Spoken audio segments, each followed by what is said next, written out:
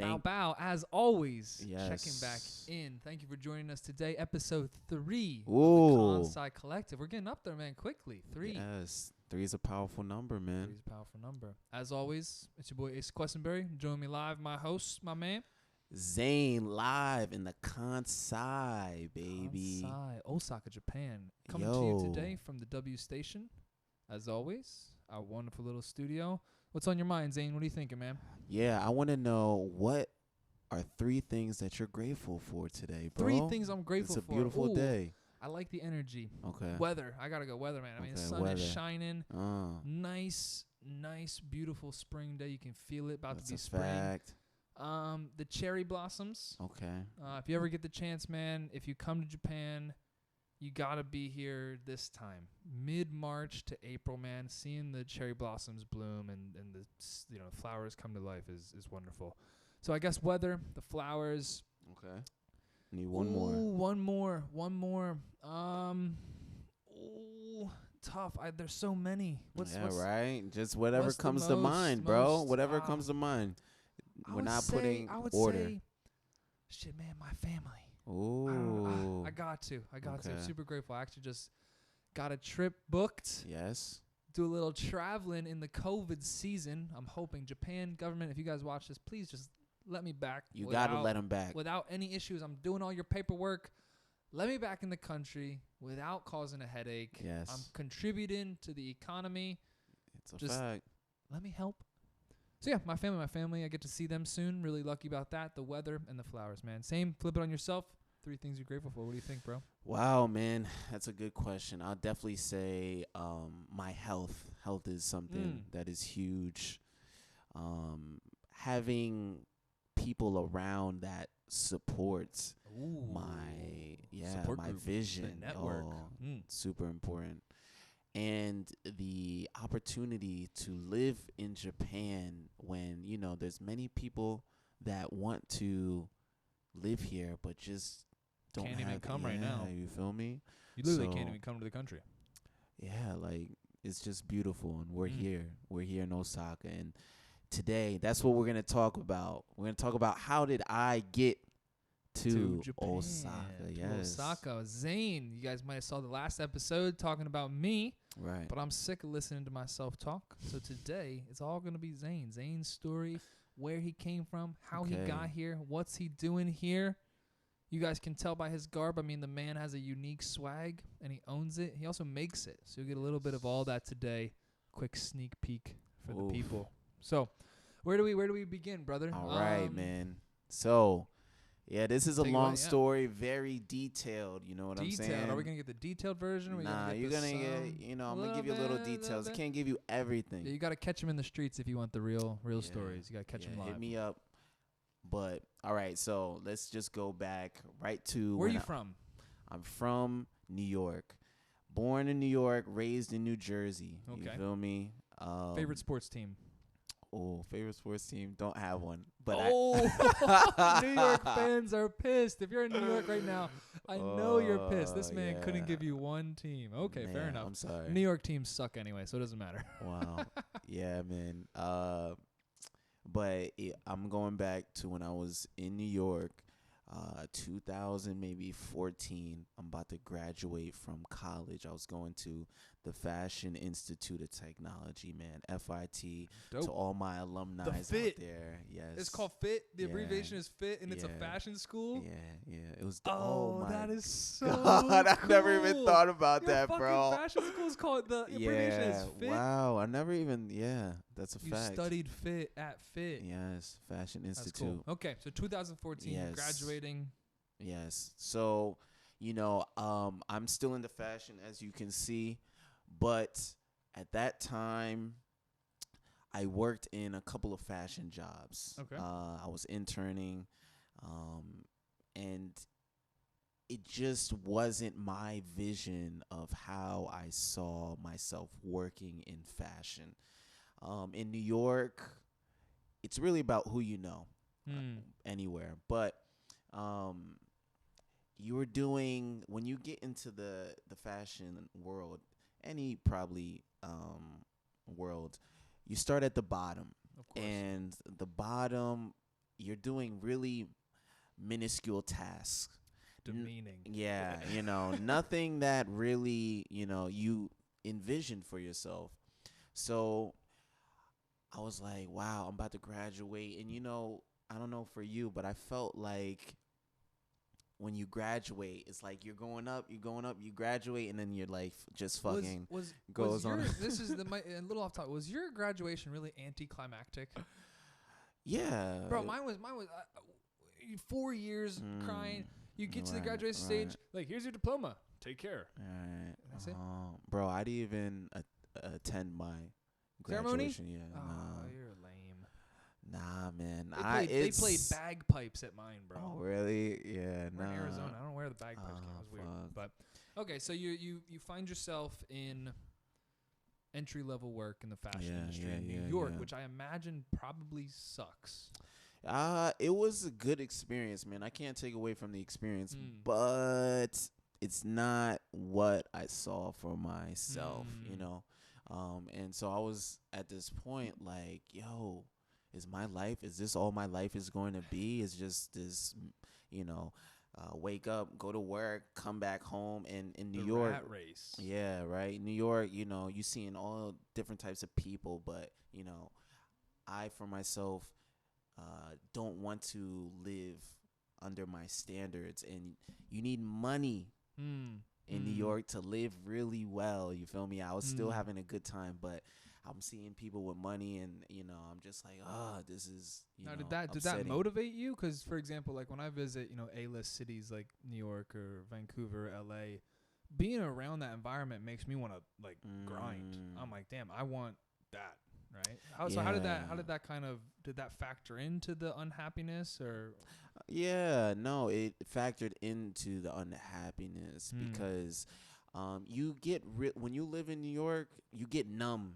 You get numb to everything. Like you'll even see people doing like on the train some weird, crazy, type of stunts or Japanese stuff. Not Japanese. Yeah, but people will just look in their phone, just go about their day, and for me, it's like, wow, like all this interesting stuff is going around me, but it's like we just cut all that off and desensitized, doesn't exactly right. So, while I was interning and working these jobs, I also had a job at this organic smoothie spot. You feel me? Was it Jamba Juice? It was not, because Jamba Juice is not organic. Jamba Juice, but if you're watching us, we'll take a sponsorship because I love me some Jamba Juice. Wow. Anyway. Okay. Yeah. The organic smoothie spot. Yeah. So, it was right next to Madison Square Garden, right? Dope. Okay. Right. So, a lot of people would come in who were traveling from JFK. They came in from JFK. And then they would come into the city of Madison Square Garden. So a lot of people would come to the store and be like, yo, I just traveled to this country. It was the best experience of my life. And now I need some smoothies. Yes. That's true. But yeah, like I heard that thousands of times, bro. And I'm just thinking to myself like, wow, yo.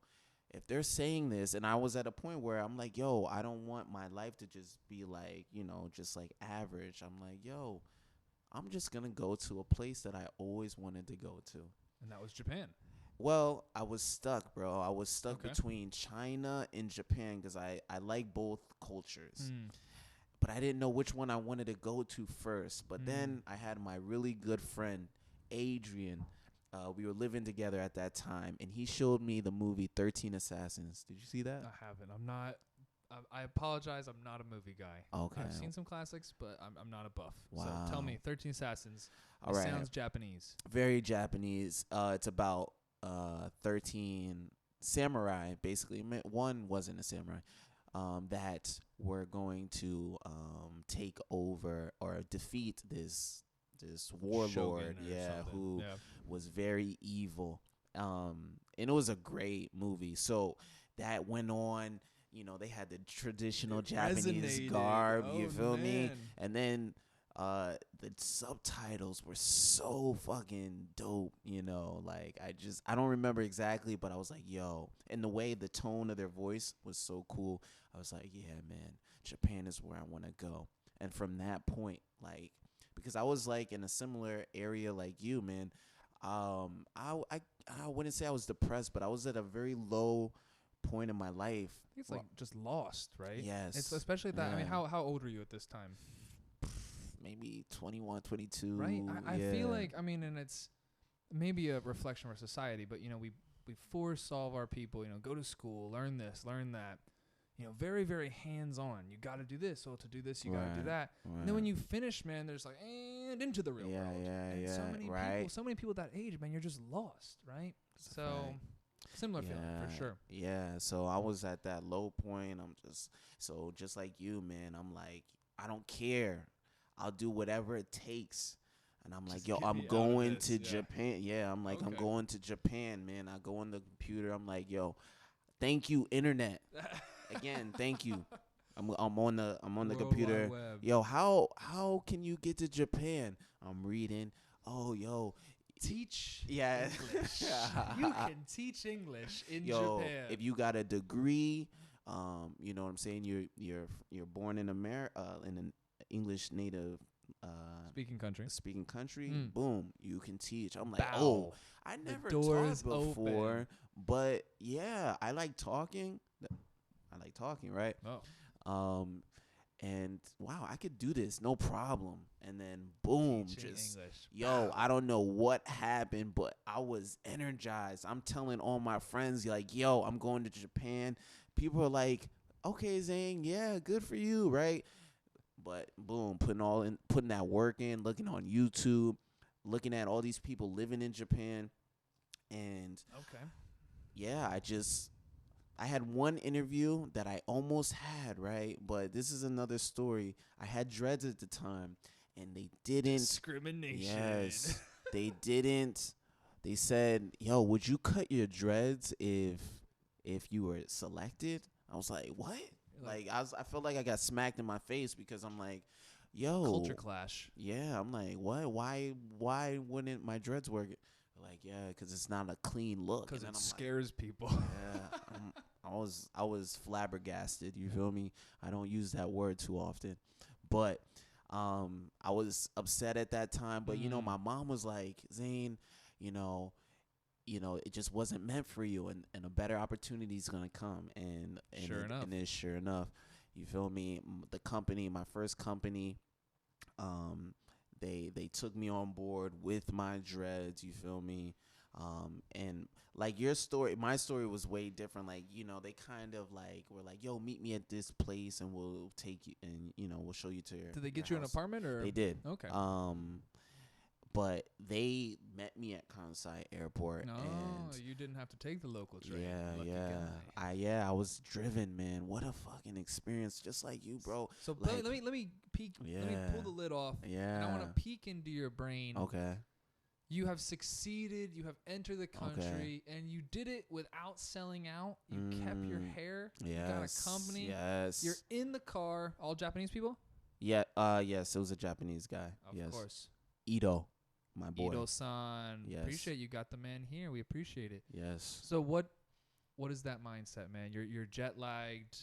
You're coming Bro, in, what? You're not driving, because I love the drive from Kansai Airport up. Okay. You get all the little it's like city, but there's rice fields in between houses. It's interesting. Bro, it's literally because like you're on the plane, right? And you're seeing the sunrise and the sunset. You feel me? You're passing time zones, bro. Going to a country that I had no idea about. Like, I watched videos. You feel me? Could you speak Japanese when I you couldn't got here? speak no Japanese. Oh, now you speak great know Japanese. What I'm saying?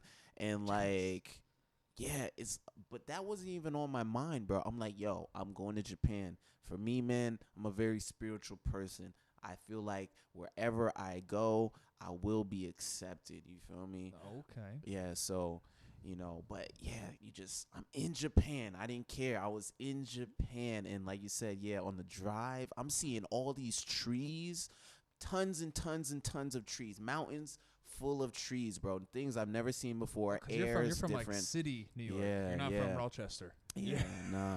You're like, wow, there's trees on the plane. Yeah, like, okay. And the air is different, and you seeing kanji everywhere. You feel me? And like it's just a different vibe, and that's what I was looking for. So I was high on life at that point. Like I didn't really, it really didn't matter. succeeded in arguably, we've both made the decision, but that choice, I mean, just that commitment to just take your whole life and be like, I'm just gonna yeet it over here into this island country and just see what happens.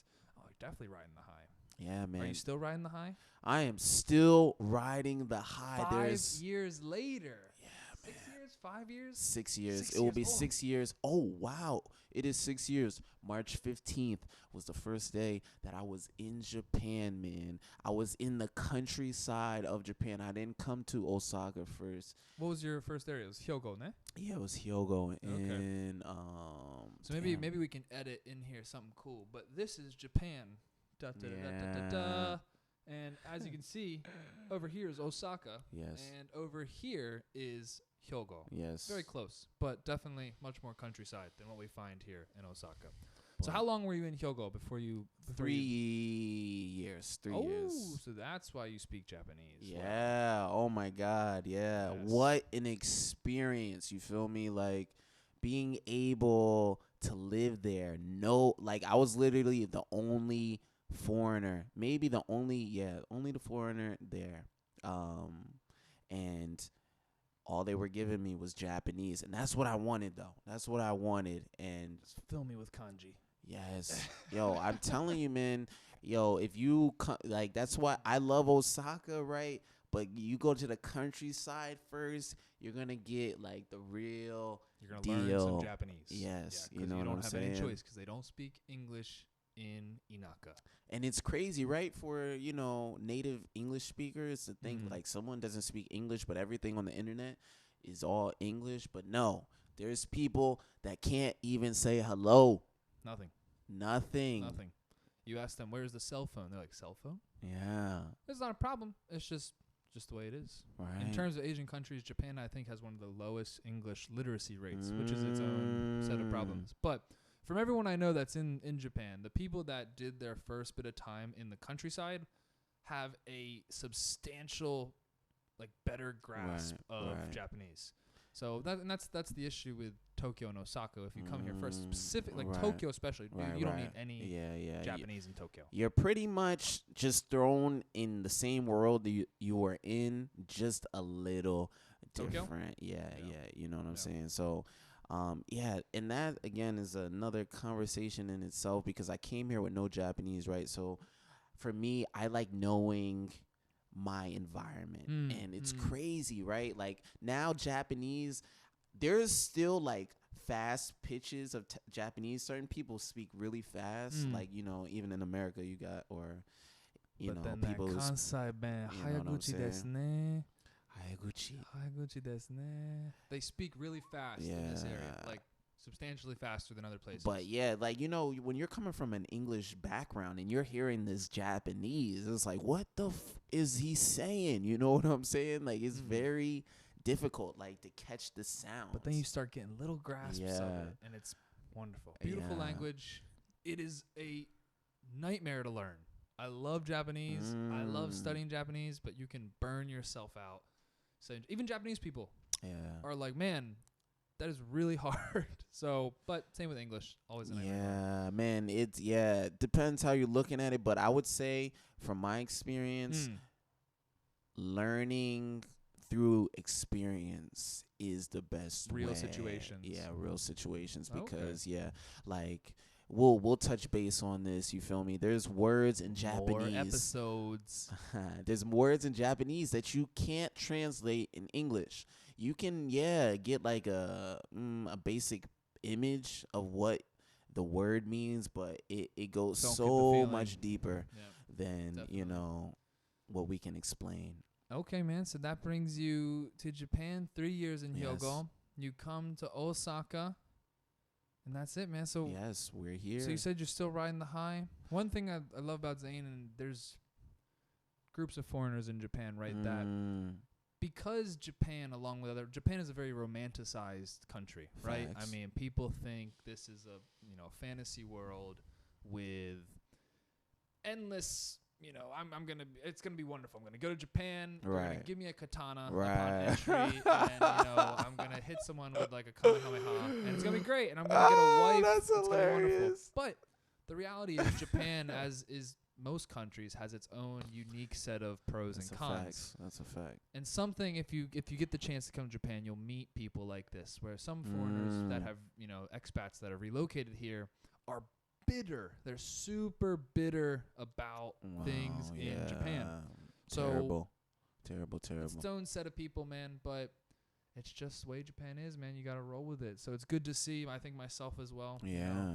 The high's not over, man. I still enjoy being here in Japan. What? Like what you were talking about, like 6 months. You were here for 6 months, bro, and you're like, nah, not enough time. Yo, if you plan to come to Japan, I know it's difficult, the money situation, but yo, you need a month. A minimum a month. Yeah, minimum right. Because that first, especially if you're coming from North America, those first 3 days you're gonna be essentially useless with how jet lagged you're gonna be. So I just say teach. Come teach. I mean, it's trust me.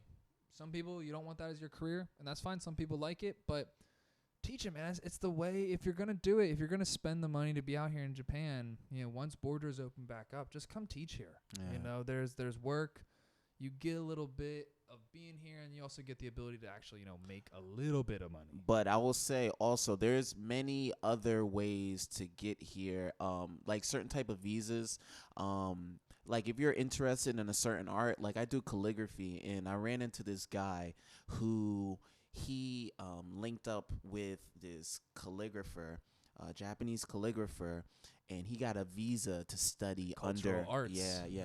Study under him. Visa. And and he's here now, still doing calligraphy. Painting some kanji. Yeah, calligraphy is the painting of traditional Japanese characters or Chinese characters used in Japan. Shodo. But that, my friend, is a conversation for another day. Thank you, everyone. Thank you, guys. God. Shout out to our sponsors, as always, W Station. Thank you for providing us this wonderful space. If you guys are traveling here in Osaka, W Station provides cafe, bar. It's a hostel. You can stay here as well. You can rent rooms. It's hostel, hotel. I think it's a hostel. We'll say hostel. They got rooftop yoga. They got a place to drink. They got a place to study. It's a share office. We're very grateful for the space we can use today. Thank you, DroneX Global, providing the equipment. We're clowns. As always, guys, like, subscribe, share. Let us know your comments. What can we do better? Do we talk too much? Do we not talk enough? Am I too loud? Am I too quiet? We don't know. But we're grateful that you're watching with us, and we'll catch you guys next time. Take care. Peace.